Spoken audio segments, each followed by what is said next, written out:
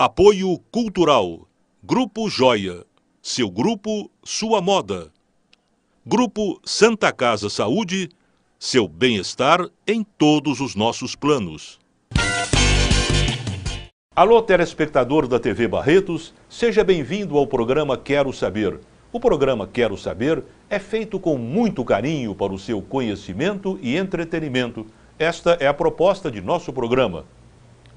Primeiramente, vamos abrir espaço para os nossos apoiadores culturais e, em seguida, apresentaremos o nosso convidado de hoje. Cuide de dar carinho para a sua família, de conhecer novos horizontes, de realizar seus sonhos, de construir a sua história.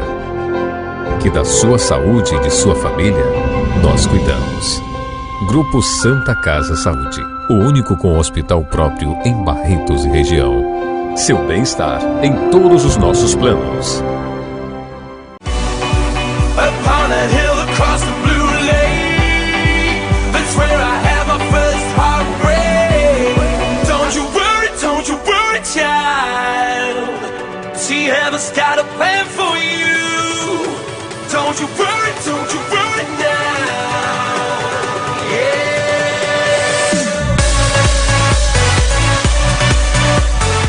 Grupo Joia, coleção Alto Verão 2014.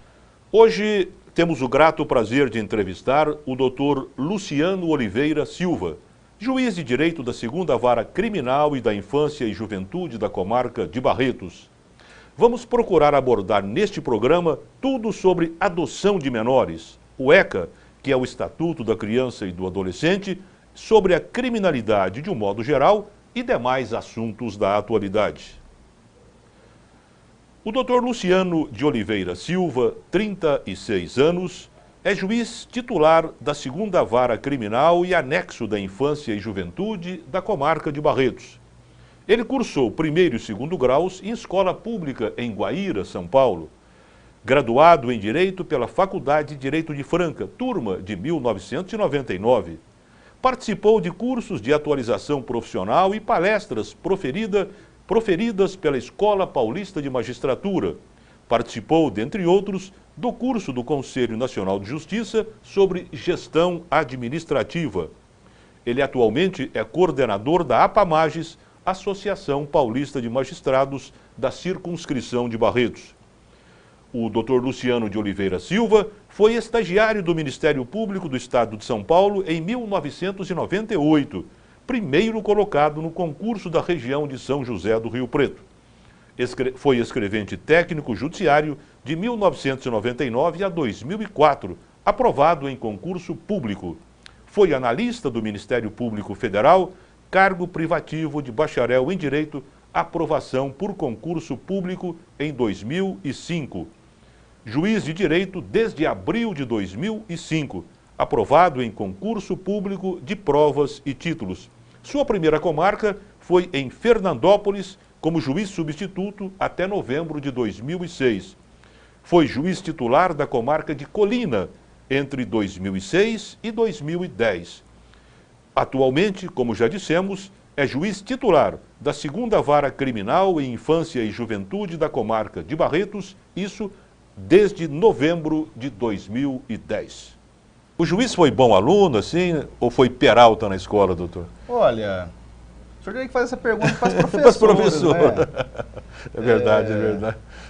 Mas eu creio que sim, sempre tentei, sempre fui esforçado. Esforçado, né? Tentei me esforçar para aprender e sempre tive na figura do professor aquela autoridade, aquela pessoa que realmente estava lá para me ajudar, que é o que a gente sente hoje, recente hoje, com a nossa juventude. Às vezes existe uma situação de afronta do estudante e da família com o professor. Por que mudou isso? Antigamente, na sua época, na minha, era um respeito que a gente tinha para o professor, a gente faria até reverência, quando chegava um professor numa cidade, novo, era praticamente uma autoridade. Hoje mudou, hoje a agressão, a violência contra o professor, né?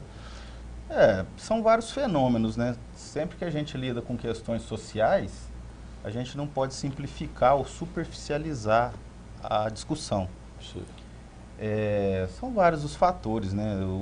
A sociedade em si teve uma perda aí de valores morais, algo que nós precisamos resgatar aos poucos, né, em razão dessas perdas recentes, mudança de vida, né, a relação, o mundo do consumo, globalização, são vários os fatores, mas uma hora a gente pode conversar mais a fundo sobre isso, mas também não quero ser o dono da verdade, que são várias as discussões a respeito e as linhas de pensamento a respeito de como se chegou a isso, né?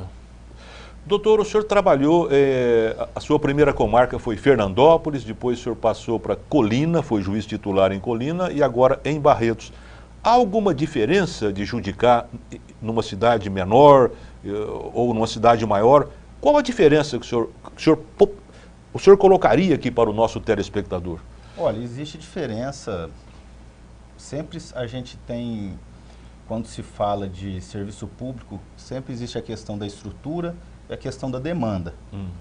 Em cidade pequena, geralmente não tem a estrutura, os equipamentos necessários a um bom trabalho, mas a demanda também é menor. É menor, né? Em cidades maiores, como Barretos, a demanda é bem maior, os equipamentos existem, né? Aqui nós temos alguns equipamentos importantes aí no auxílio, principalmente na área da infância e juventude. Mas as diferenças existem. Cada lugar tem sua peculiaridade, os tipos de ação Então, os tipos de ações são diferentes? São diferentes. Eu já trabalhei como substituto em crimes cidades... também são diferentes, que se cometem numa cidade e na outra? São diferentes. São diferentes. Em cidades de fronteira, na parte criminal, a gente depara muito com o tráfico interestadual, né? Por exemplo, na parte civil, questões aí de desapropriação, de conflito latifundiário em determinados locais, né? Coisas que para cá são mais raras. Aqui nós temos muita aposentadoria rural, agora não temos mais, que em Barretos a federal assumiu aí seu papel, nós não temos mais as ações previdenciárias na justiça comum. Doutor Luciano, nós estamos entrando na era eletrônica no Poder Judiciário de Barretos. Essa semana, Barretos já passa a ter processo eletrônico nas varas cíveis. Isso já é um passo importante para a evolução do judiciário, né, doutor? O senhor acha que isso vai resolver a morosidade da justiça brasileira ou o problema é outro? Falta de mais servidores, mais juízes, por exemplo, ou seria menos recursos para que tivéssemos menos morosidade? Porque o cidadão, em geral, que vai à justiça, aguarda, às vezes, anos para ver o seu direito sendo convalidado pela justiça, o seu direito ser reconhecido pela justiça. O senhor acha que esse processo eletrônico será a solução ou falta muita coisa ainda? Doutor Biziar, é um passo importante a caminho do futuro. Não é nem do futuro, né? É uma coisa que já deveria ser do passado. É uma coisa bem presente, a utilização da informática em prol aí da agilização dos processos. Como o senhor só me faz pergunta fácil, hein? A situação é complexa. Nós temos a questão dos recursos no Brasil, que são muitos recursos. Muitos, né? Até se chegar a um final, até que uma decisão judicial seja cumprida, até que ela seja proferida, já se demora muito. Né?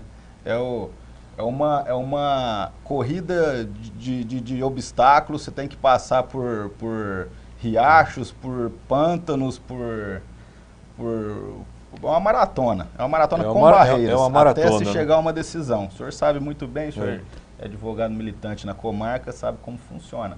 É importante dizer para o telespectador também, né? E a morosidade, ela não é culpa do judiciário. Eu sempre defendo. Eu também entendo dessa forma, né? Muitas vezes seria culpa, assim, em termos, entre aspas, falta de mais servidores, né? Quer dizer, passa a ser culpa do executivo e não do Poder Judiciário em si. Não, na verdade é uma culpa do sistema. Do sistema, né? Se o sistema fosse mais enxuto, se não fosse tão pródigo em recursos, se não houvesse no Brasil uma exorbitante ânsia em demandar, isso já é cultural, já vem das faculdades. O estudante de direito hoje... Ele quer demandar, ele sai para demandar. Ele é treinado para demandar, ele aprende, né? Na faculdade a litigar. Até tem se insistido, o CNJ, o Congresso Nacional tem até realizado audiências públicas nesse sentido, para tentar implantar no Brasil a cultura da pacificação, da conciliação, da transação. da mediação. Da mediação, né? Isso é muito importante, né, Entendeu? doutor? E na faculdade nós somos treinados justamente para processar. O bom estudante é aquele que sabe processo, principalmente processo civil a fundo, né? Esse é o que sai melhor. Sai melhor, né? Aí vamos dizer assim, no cotidiano depois de formado. Ele já acorda querendo processar alguém, né, doutor? Tem que demandar, né? A cultura é essa. A cultura. E infelizmente, para se reverter esse quadro, serão anos aí, porque nós tivemos essa postura durante décadas e décadas, né? Até as nossas faculdades, eu acho que elas não estão preparadas ainda para fazer um caminho diferente. O senhor acha que o processo eletrônico vai chegar em breve também às varas criminais? Doutor Miziara, já existe um projeto piloto em Ribeirão Preto. Em Ribeirão Preto já se implantou, não sei se em todas as delegacias, mas já existe um piloto em Ribeirão Preto e, se der certo, será estendido às demais comarcas do estado. E nós esperamos que dê, porque vai agilizar muito a justiça criminal, né? Atos materiais, como por exemplo, o simples fato de um processo entrar no distribuidor, ele entra em páginas, ele tem que ser autuado, tem que ser numerado, tem que ser encapado. Isso parece simples, mas faz isso com 500 processos por dia. É muita coisa, demora muito. Quantos servidores não são necessários fazer isso? Esses atos de materialização serão todos superados com a informatização. Isso eu tenho esperança que agilizará bastante a tramitação dos processos. No próximo bloco nós vamos continuar com esse assunto dos processos eletrônicos. Vamos abrir espaço agora para os nossos apoiadores culturais e em seguida voltaremos com o Dr. Luciano de Oliveira Silva, juiz da 2ª Vara Criminal e da Infância e da Juventude da Comarca de Barretos.